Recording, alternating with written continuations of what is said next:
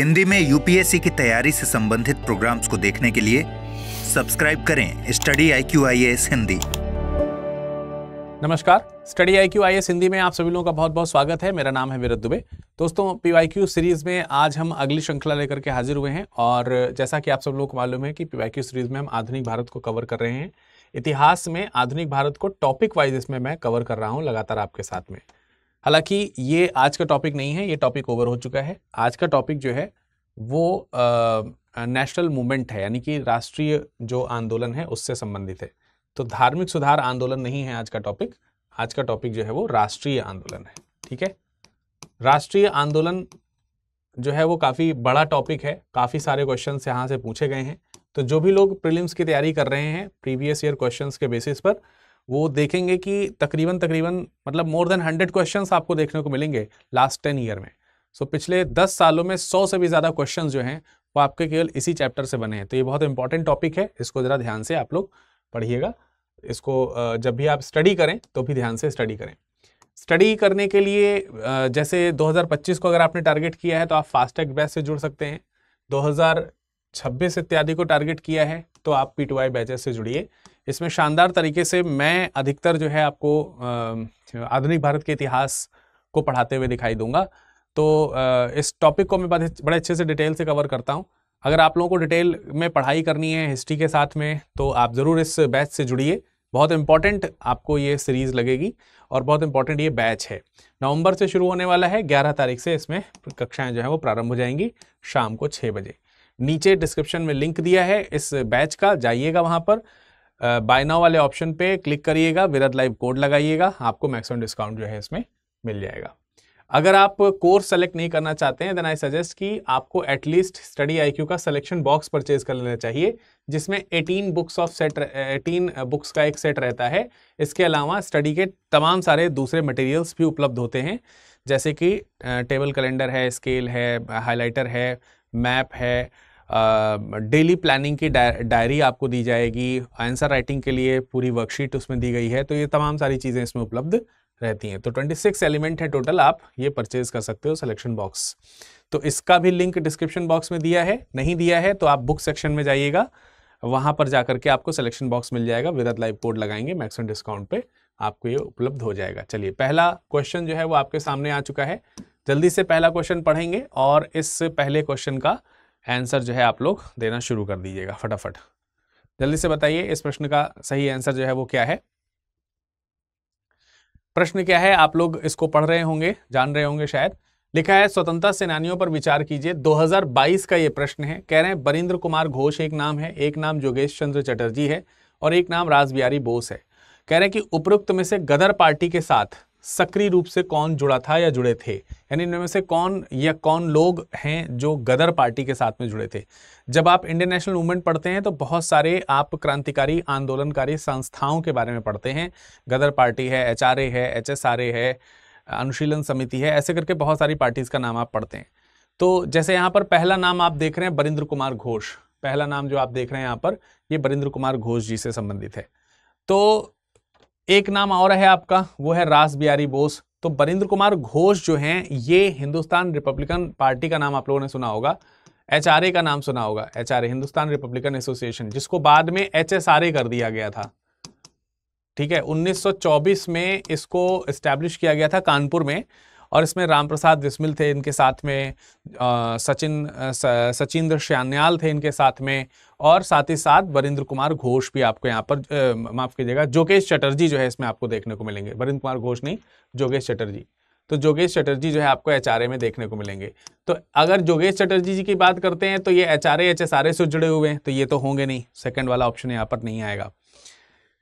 फिर अगर हम बरिंद्र कुमार घोष की बात करें तो बरिंद्र कुमार घोष जो हैं वो अनुशीलन समिति से जुड़े हुए हैं। बंगाल में क्रांतिकारी संगठन जो है वो शुरू किया गया था, सबसे पहले मिदनापुर से, उसके बाद कलकत्ता से शुरू किया गया। तो कलकत्ता में अनुशीलन समिति जो है प्रथम नाथ मित्र और उनके अन्य साथियों के द्वारा एस्टैब्लिश की गई थी। तो उन्हीं में एक नाम आपको जतेंद्र नाथ बनर्जी का भी मिलेगा, इन्हीं में एक नाम जो है बरिंद्र नाथ घोष का भी मिलेगा। तो बरिंद्र नाथ घोष जो है वो अनुशीलन समिति से जुड़े हुए दिखाई देंगे। अब एक नाम बचा रासबिहारी बोस। तो रासबिहारी बोस जो हैं ये भारतीय राष्ट्रीय आंदोलन में एक जिसको कह सकते हैं कि एक चरमपंथी विचारधारा के व्यक्ति थे, क्रांतिकारी विचारधारा के व्यक्ति थे। और दिल्ली षड्यंत्र हुआ था, दिल्ली षड्यंत्र केस, आप कमेंट सेक्शन में कमेंट करके बताइए कि दिल्ली षड्यंत्र जो है वो कब किया गया। तो दिल्ली षड्यंत्र केस के मास्टरमाइंड के तौर पर ब्रिटिश सरकार ने इनको आरोपित किया था और उन्हीं में से एक माना जाता है इनको। और इन्होंने ही गदर आंदोलन में पार्टिसिपेट किया। तो गदर आंदोलन में ये पार्टिसिपेट करते हैं, जापान में जाकर के भारतीय स्वतंत्रता लीग जो है उसको वो इस्टेब्लिश करते हैं। तो ये जो नाम है ये रासबिहारी बोस जी के साथ जुड़ेगा। इसका करेक्ट आंसर जो है आपका ऑप्शन नंबर 3 होगा। तो केवल 3 सही है, इसका मतलब ऑप्शन आपका डी सही है, ये आंसर सही है आपका। ठीक है, तो ये दोनों नाम आपके अलग अलग है। इसकी डिटेलिंग आपको यहां पर मिल जाएगी, आप देख लीजिएगा इसको। अगला प्रश्न है, क्रिप्स मिशन के प्रस्तावों के संदर्भ में निम्नलिखित कथनों पर विचार कीजिए। ठीक है, कथन पढ़ लीजिए अच्छे से, मैं किनारे हो जाता हूं, आप लोग अच्छे से कथन पढ़ लीजिए। क्रिप्स मिशन से संबंधित है, कह रहे हैं कि संविधान सभा में प्रांतीय विधानसभाओं और साथ ही भारतीय रियासतों द्वारा नामित सदस्य होंगे। नया संविधान स्वीकार करने के लिए जो भी प्रांत तैयार नहीं होगा उसे यह अधिकार होगा कि वह अपनी भावी स्थिति के बारे में ब्रिटेन के साथ अलग संधि पर हस्ताक्षर करें। कौन सा कथन इसमें से सही है बताना है। तो सबसे पहले क्रिप्स मिशन जो 1942 में, मार्च 1942 में आया था, इसमें कुछ शर्तें रखी गई थी, इसमें कुछ प्रस्ताव रखे गए थे कि जो भारत डोमिनेंट स्टेटस है उसको प्राप्त करेगा।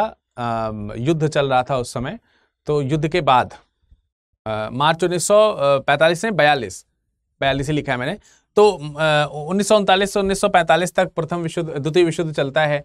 तो उसी विश्व युद्ध में के बीच में ही यहाँ पर ये घोषणा करी गई थी। तो उसमें कुछ प्रस्ताव रखे गए कि जब युद्ध समाप्त हो जाएगा तो डोमिनेंट स्टेटस के साथ भारतीय संघ की स्थापना की जाएगी और वो राष्ट्रमंडल देशों के साथ जैसे संबंध होते हैं उस तरीके से वो स्वतंत्र रहेगा। तो इसमें यह कहा गया था कि युद्ध समाप्त होने के बाद ये एक स्वतंत्र राष्ट्र बन जाएगा। अब देखिए पहला स्टेटमेंट क्या लिखा है कि संविधान सभा में प्रांतीय विधानसभाओं और साथ ही साथ भारतीय रियासतों द्वारा नामित सदस्य होंगे। दूसरा स्टेटमेंट लिखा है नया संविधान स्वीकार करने के लिए जो भी प्रांत तैयार होंगे, जो भी प्रांत तैयार नहीं होगा उसे अधिकार होगा कि अपनी भावी स्थिति के बारे में ब्रिटेन के साथ अलग से संधि पर हस्ताक्षर जो है वो कर दे। तो अब यहाँ पर एक चीज हमको ये समझनी है कि एक तो स्टेटमेंट ये दिया गया कि जब युद्ध समाप्त होगा तो नई संविधान सभा बनाई जाएगी। नई संविधान सभा जो बनेगी उस नई संविधान सभा में 2-3 तरीके के लोगों के आने की बात करी गई, जिसमें प्रांतीय विधानसभा और साथ ही साथ भारतीय रियासतों द्वारा नामित सदस्य आएंगे, ये बात रखी गई थी। यानी कि जहां पर ब्रिटिश गवर्नरशिप चल रही थी वहां पर लेजिस्लेचर्स थे, प्रोविंशियल लेजिस्लेचर्स थे। उन प्रोविंशियल लेजिस्लेचर्स से सदस्य यहाँ पर आएंगे, अप्रत्यक्ष तरीके से यहाँ पर चुन करके भेजे जाएंगे। इसके अलावा भारतीय रियासतों के प्रतिनिधि भी इसमें शामिल अगर होना चाहेंगे तो होंगे। तो ये स्टेटमेंट सही है, इसमें कोई दो राय नहीं है, ये वाला स्टेटमेंट सही है। दूसरा स्टेटमेंट में कह रहे हैं कि इस तरीके से जो संविधान सभा का गठन होगा फाइनली वो अपना कॉन्स्टिट्यूशन बना लेगी। बनाने के बाद उस कॉन्स्टिट्यूशन को, उस संविधान को कौन स्वीकार कर रहा है कौन स्वीकार नहीं कर रहा है, अगर इसको देखा जाए तो ये कहा गया कि कोई भी प्रांत है, कोई भी ऐसा प्रांत है जो भारत संघ में शामिल नहीं होना चाहता है तो वो अपना अलग संविधान बनाना चाहे तो बना ले, और वो अलग से ब्रिटेन के साथ संधि भी चाहे तो वो कर सकता है। तो ये बात मसला जो है यहाँ पर रखा गया था। तो वही चीज यहाँ पर लिखा है कि नया संविधान स्वीकार करने के लिए जो भी प्रांत तैयार नहीं होगा, यानी जो कॉन्स्टिट्यूशन बनेगा अगर उससे किसी संविधान को कोई ऐतराज है, किसी प्रांत को कोई ऐतराज है तो उसको ना एक्सेप्ट करे, वो फिर ब्रिटेन के साथ में दूसरा एक डील किया जाएगा, उसमें देखा जाएगा, उसमें जाना समझा जाएगा। कोई स्वतंत्र रहना चाहता है तो स्वतंत्र रह सकता है। तो ये बात भी यहाँ पर करी गई थी। बेसिकली उन्होंने पावर ट्रांसफर को लेकर के इस तरीके के रास्ते निकालने का प्रयास किया था और भारत को एक पॉलिटिकल जो भी सॉल्यूशंस थे देने का प्रयास किया गया था, बट ये भी भारत के हित में नहीं था। सो ये बात सही है, सेकंड वाला ऑप्शन जो है ये भी सही है, लेकिन क्रिप्स मिशन में ये दोनों बातें आपको सही होती हुई दिखाई देंगी। तो इसमें दोनों कथन सही है, इसका मतलब ऑप्शन आपका कौन सा सही हो जाएगा? ऑप्शन नंबर सी, पहला और दूसरा दोनों, ये आपका करेक्ट आंसर हो जाएगा। ठीक है, चलिए अगले प्रश्न पे चलते हैं। अगला प्रश्न क्या है? भारतीय इतिहास में 8 अगस्त 1942 के संदर्भ में निम्नलिखित कथनों पर विचार कीजिए और कौन सा सही है ये बताइए। कह रहे हैं AICC, AICC का मतलब क्या है? All India Congress committee.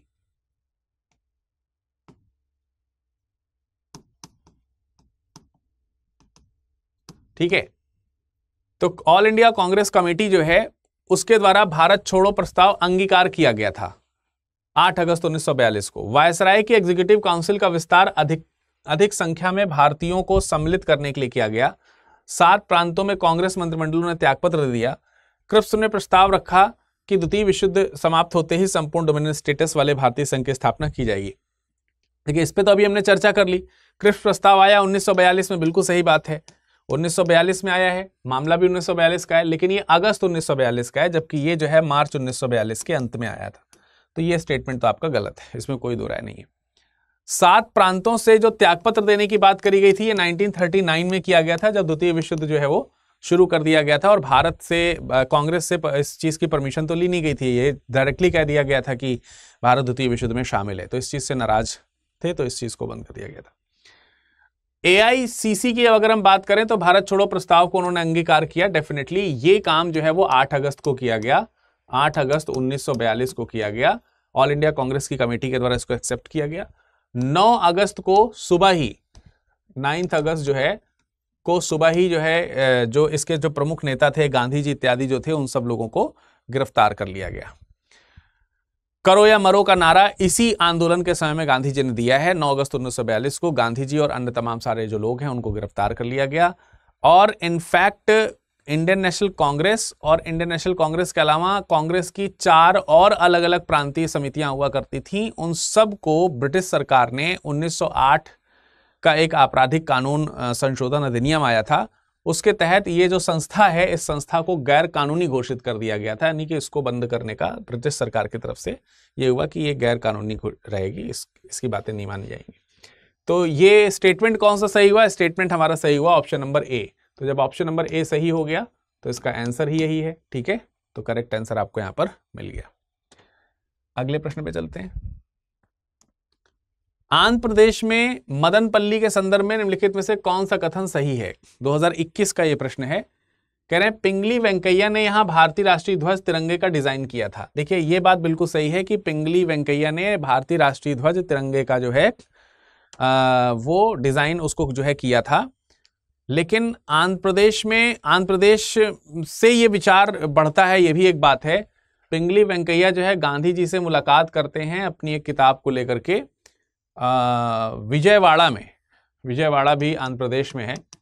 Vijayawada में मुलाकात होती है और यहीं से तिरंगे की आवश्यकता जो है महसूस होनी शुरू होती है। इनको सजेशंस दिए जाते हैं, बाद में इन्होंने तिरंगे को डिजाइन किया। तो ये आंध्र प्रदेश में हुआ, लेकिन विजयवाड़ा में हुआ, यहां नहीं हुआ, मदनपल्ली में नहीं। कह रहे पट्टाभी सीतारमैया यहां से आंध्र प्रदेश क्षेत्र में भारत छोड़ो आंदोलन का नेतृत्व किए थे। तो पट्टाभी सीतारमैया ने आंध्र प्रदेश क्षेत्र में भारत छोड़ो आंदोलन का नेतृत्व किया था 1942 में, बिल्कुल सही बात है। लेकिन आंध्र प्रदेश के मदनपल्ली से किया था, ऐसे सच प्रमाण नहीं मिलते हैं कहीं पर कि मतलब किया है इन्होंने, आंध्र प्रदेश से किया है, लेकिन इसके बारे में यह कथन सही नहीं है कि मदनपल्ली से इसकी शुरुआत करेगी। तो यह भी स्टेटमेंट सही नहीं है। कह रहे रविन्द्रनाथ टैगोर ने यहां राष्ट्रगान का बांग्ला से अंग्रेजी में अनुवाद किया। यह बिल्कुल सही बात है। रविन्द्रनाथ टैगोर जी ने जो ये राष्ट्रगान जो है आज हमारा, उसको पहले लिखा था बांग्ला भाषा में लिखा था, और फिर अंग्रेजी में अनुवाद करने का विचार जो है वो आ रहा है रविन्द्रनाथ टैगोर जी के विचार में, मन में। आयरिश एक कवि हुआ करते थे, जेम्स एच कॉजिन्स। तो जेम्स एच कॉजिन्स से मिलने के लिए उनके निमंत्रण पर गए हुए थे। तो वहीं पर एक आंध्र प्रदेश में एक जगह पड़ती है चित्तूर, आंध्र प्रदेश में एक जगह पड़ती है चित्तूर। इसी चित्तूर में ही ये जगह है जिसका नाम है मदनपल्ली। मदनपल्ली, तो यहीं पर इन्होंने फिर इसको फाइनली जो है इंग्लिश में ट्रांसलेट किया था। बाकी मैडम ब्लाट्स्की और कर्नल अलकाट ने सबसे पहले यहाँ थियोसोफिकल सोसाइटी का एस्टैब्लिशमेंट किया था, इसका मुख्यालय एस्टैब्लिश किया था। तो भाई थियोसोफिकल सोसाइटी जो है वो 1875 में न्यूयॉर्क में एस्टैब्लिश की गई थी, न्यूयॉर्क में, ठीक है। यहां तो नहीं एस्टैब्लिश हुई, तो ये स्टेटमेंट गलत है। आंसर हमारा कौन सा सही हो जाएगा? आंसर सही हो जाएगा option number C. Correct answer क्या है भाई? ऑप्शन नंबर सी, ठीक है, बढ़िया। चलिए अगले स्टेटमेंट की तरफ चलते हैं, अगले प्रश्न की तरफ चलते हैं। अगला प्रश्न है, औपनिवेशिक भारत के संदर्भ में शाहनवाज खान, प्रेम कुमार सहगल और गुरुबख्श सिंह ढिल्लो याद किए जाते हैं। 2021 में यह भी एक प्रश्न पूछा गया है। तो आपको बताना है कि औपनिवेशिक भारत के संदर्भ में शाहनवाज खान, प्रेम कुमार सहगल और गुरुबख्श सिंह ढिल्लो याद किए जाते हैं। क्यों याद किए जाते हैं? इसके पीछे का रीजन क्या हो सकता है? तो देखिए, स्वदेशी और बहिष्कार आंदोलन के नेता के रूप में ठीक है। स्वदेशी और बहिष्कार आंदोलन के नेता के रूप में आप लाल बाल पाल, ठीक है, लाल बाल पाल, इनको याद रख सकते हैं। ये स्वदेशी और बहिष्कार आंदोलन के प्रमुख नेताओं में से एक हुआ करते थे। सुरेंद्र नाथ बनर्जी का नाम याद रख सकते हैं, रविन्द्रनाथ टैगोर का नाम आप याद रख सकते हैं स्वदेशी आंदोलन में, अरविंद घोष का नाम याद रख सकते हैं। फिर कह रहे हैं 1946 की अंतरिम सरकार के सदस्यों में से ये एक थे। 1946 में अंतरिम सरकार बनी, बिल्कुल सही बात है। उसमें आप कुछ नाम याद रख सकते हैं, जैसे सबसे पहले तो नेहरू जी का, नेहरू जी अंतरिम सरकार के उपाध्यक्ष थे, नेहरू जो हैं उनका नाम याद रखेंगे। पटेल का नाम आप याद रख सकते हैं, सरदार पटेल जी का। राजेंद्र प्रसाद जी का नाम आप याद रख सकते हैं, राजेंद्र प्रसाद, ठीक है। तो ये सब लोग कुछ प्रमुख और भी लोग थे जो अंतरिम सरकार के उसमें नाम आता है। तो प्रेम कुमार सहगल, शाहनवाज खान इत्यादि का इसमें नाम नहीं आता है। ये क्रांतिकारी थे, बेसिकली हम कह सकते हैं कि सेनानी थे एक तरीके से, तो यहां पर इनका नाम नहीं है। संविधान सभा में प्रारूप समिति के सदस्यों के रूप में अगला स्टेटमेंट लिखा है। संविधान सभा में प्रारूप समिति में आपको मालूम है कि डॉक्टर भीमराव अंबेडकर जो है प्रारूप समिति के अध्यक्ष थे। उसके अलावा उसमें अल्लादी कृष्ण स्वामी अय्यर है ना, गोपाल स्वामी अयंगर, के.एम. मुंशी, क्या नाम है, एन माधवराज इसमें थे, टी.टी. कृष्णामाचारी थे, और मोहम्मद सादुल्ला, स्वयं भीमराव अंबेडकर जी, ये सब लोग इसमें शामिल थे। इसमें भी इनका नाम नहीं आता है। तो ये तीनों स्टेटमेंट जो हैं वो क्या हैं, गलत हैं। आज़ाद हिंद फौज यानी इंडियन नेशनल आर्मी के अधिकारियों के रूप में इनको जाना जाता है, बिल्कुल सही बात है। इन लोगों को 1945 में इनके ऊपर दिल्ली में मुकदमा चला था, जिसको हम लाल किला मुकदमा कहते हैं या INA मुकदमे के तौर पर जानते हैं। इनको बचाने के लिए जो है कांग्रेस ने इनफैक्ट कदम बढ़ाया, और जवाहरलाल नेहरू जो है इसकी वकालत करते हैं, इन लोगों के बचाव की वकालत करते हैं।